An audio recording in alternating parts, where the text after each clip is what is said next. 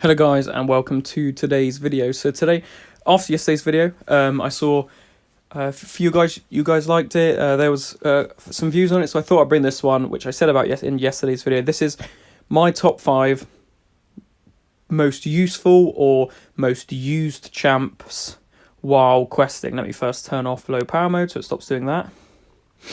So yeah, we're going to get into this one. This one's going to be sort of mainly Act 7, Act 6 based, and then a bit of Act 8. Just saying, who the most used champs were. As I said, it won't be the same as yesterday. Quicksilver only got recently, Hercules only got recently. Professor X, I didn't really rank up quite as much, although he did come in useful for certain fights, the miscounters, the Invisible Women's of the world, very, very useful. But let's hop in with honourable mentions. First honourable mention is going to be my 5-star Kitty Pryde combined with the 6-star. Both were really, really useful. Both were really, really good. I just found that she was brought in almost in every quest as high damage, but she could have been there was a replacement there. She is, in my opinion, the second best champ in the game. But if I'd Professor X ranked up, then he would have been very useful in that sense. And I just feel that she was very useful, but she didn't. There were a few metas where it would champs of prowess, but there weren't in the paths that I took anyway. There weren't many champs. Or weren't many paths, where she was really, really necessary. She was very, very useful, don't get me wrong. This is an honourable mention of a top 5. I'm not saying she's rubbish. I'm saying she's absolutely amazing. But because she's so good, there weren't any nodes that really were super useful towards her or meant that I had to bring her in. But I did bring her in a lot of the time. I just think that the champs above her, longevity-wise, I had for longer. They helped me through more quests. And that's sort of the reason I'm making this video. So yeah, she does come in as an honourable mention. As another honourable mention, I'm gonna say Null. Null was very useful. He was very good. He is a great champ, but the debuffs that he puts on were purified in some paths where there was protection on and all buffs get purified. There was also champs who were, say, immune to armor break or who would shrug, meant Null was a little less effective. He's not actually immune to anything in particular. He has high resistance, but until I pulled Galan and started making him a sort of that Cosmic Herald, even then I didn't actually find that I was needing to go in and use Null a lot, and that is sort of the reason that he's not super high on this list. He, don't get me wrong, very, very useful, as I said, really, really great champ, but he just doesn't quite make the top 5, and so unfortunately, he's not in there. I would say, just, no paths, Null was one of the best, but when it actually got into the nitty-gritty of having to meet certain sort of nodes, Null as soon as I pulled Galan, he just didn't feature as much as maybe he would do if I hadn't got him. So let's jump into the top 5. At 5th, we are going to have a tie for one position. I apologise. You'll sort of see why. I can group them, but I didn't really want to do it that way. I thought I'll have. No, you know what? I'll do a top 5. I won't have any draws. There's no point having any of those. That's not too much fun for anyone. So yeah, at number 5 is going to be Ultron. So Ultron was massive. He was massive in Act 6. He was massive in all of Act 5, obviously, in a lot of Battlegrounds content. Fully ranked 5-star, one of my first. I think he's an absolutely amazing champ. If I had him as a 6-star, he would be my first rank for tech champ out of the techs I've already got, out of him and Warlock. I just think he does. He is. I like Warlock. I think he's very good. He is actually higher up on this list than Ultron, but I think Ultron as an all-round champ is absolutely amazing. I need to claim this because it's really ticking down, which is annoying. My apologies. But Ultron is a really great champ. As soon as I got him awakened, look, now he's Sig 200. The regeneration, like, look at that, 65% of the damage that is dealt to him, he regenerates if energy damage. These are champs like Havoc, the beam attacks, even Bishop to an extent. He also has look, Incinerate and Shock effects. This doesn't make him immune to it by all sense of the word, but 20% duration on those is just absolutely out of this world. He is really, really useful, such high utility after his buff. You can see down here, he can't be affected by ability accuracy, meaning his evade always works. There are no slows. Being a robot, he's also immune to bleed and poison. The regen that he can have as well is absolutely incredible. The fact that you can get it twice in the fight, 50% can get you up to like 74, and then if you drop down to 25, you can get up to about 48, 49. It's incredible the amount of damage that you can do while in Cauterize as well. I just think he's a really, really amazing champ. Perhaps I'm even talking myself into him being higher up. However, because I also did have Warlock, they were interchanged as two tech champs, and it's why this champ in number 4, although I didn't use them too much early on, have become massive, and we may as well jump straight into that. That's Black Widow Deadly Origin. She, when I pulled her, I thought she was a good champ. I thought she would really shred in Battlegrounds, but that was it. And then as soon as I got into Act 1, and the later, and, Act 7, Chapter 3, Chapter 4, the skill champs were really needed. But as you guys all know, for ages, I don't want to press that button, for ages I needed, I would always bang on about, I need a top tier skill champ.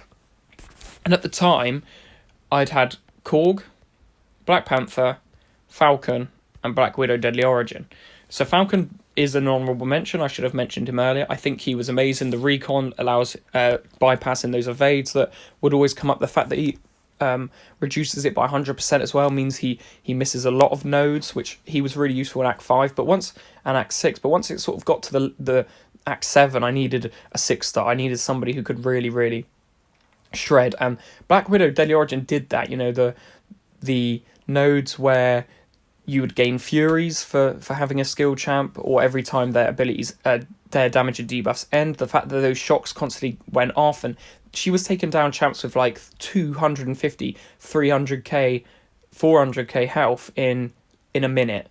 Like, absolutely incredible. I do obviously wish I had Mole Man at the time, but she was a really, really good alternative. She did an amazing job, and she comes in at number 4. I know, a bit of a shock, but she was just really amazing for me in those, especially Act 8. I think it was Act 7, Chapter 4, and Act 8. It started to say, the easiest paths were those ones where you needed skill champs, and at the time, didn't have many skill champs, only herself and Falcon, and she was the one who was doing damage and debuff, so I brought her in, and absolutely incredible. So she's in at number 4. In at number 3, it's going to be Warlock, I think. Debating there between Warlock at 3 or Rintra or Galan. They are the top 3. But Warlock comes in. Mr. Sinister fight, blocking those heals. Any sort of heal block. There was one, any nodes where it's like, generating a buff gives them a regeneration. He just shuts that down with his infection. His big SP2 damage was massive. The fact that he was actually, at the time, when I pulled him, he was one of my only, apart from Ultron's SP3, he was the only way I could power burn or power control. So he became massive in those fights with lots of power gain, spamming those SP1s. He just, the fact that he could block up those regenerations is the main reason he's at number 3. He did so much SP2 damage. While they're infected, he does even more. The power, the armor breaks that you can put on, and then having that block of regeneration is absolutely massive. So he was so useful. He was one of the first. Him and Rintra came in the same 6-star opening, and both were absolutely amazing.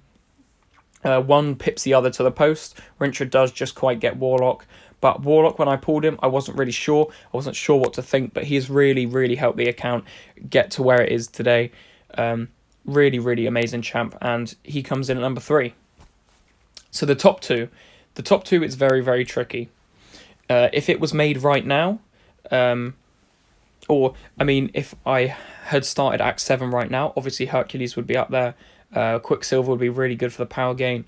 Professor X. I do want to give a quick shout out to Immortal Abomination. Incredible first 6-star on the account. The poisons, the acid burns, nobody, as I said before, nobody's immune to acid burn. The amount of damage that can do is insane. The fact that he's somewhat poison immune does really help, and the willpower regeneration on him is amazing. But he doesn't quite hit the top 5, and doesn't quite make, obviously, the top 2. If he's not made the top 5, he's not going to make the top 2. So let's get into the top 2 here.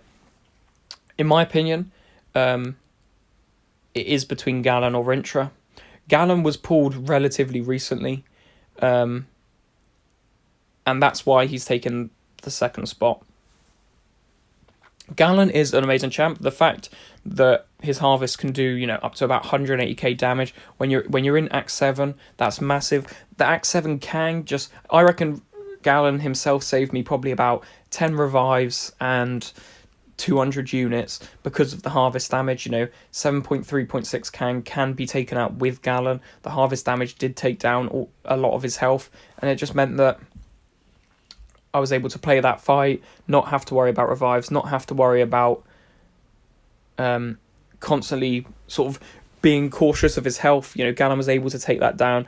Also, the buffed up nodes where you need a lot of buffs, Galan's amazing for. But then also those fights where, say the Killmonger in Act 7, as an example, he was a relatively easier boss. I was only using the mutants, but if you didn't have many mutants, or say you just had Kitty Pryde or you just had Bishop, and you got him down to about 80k left health and Galan was alive, you could trust yourself, and this is exactly what I did. I trust myself to go in with Galan, put one harvest in, he could do about 40k of that damage, and he just takes like a good 15-20% off those defenders, even if, he's degenerating or he hasn't got the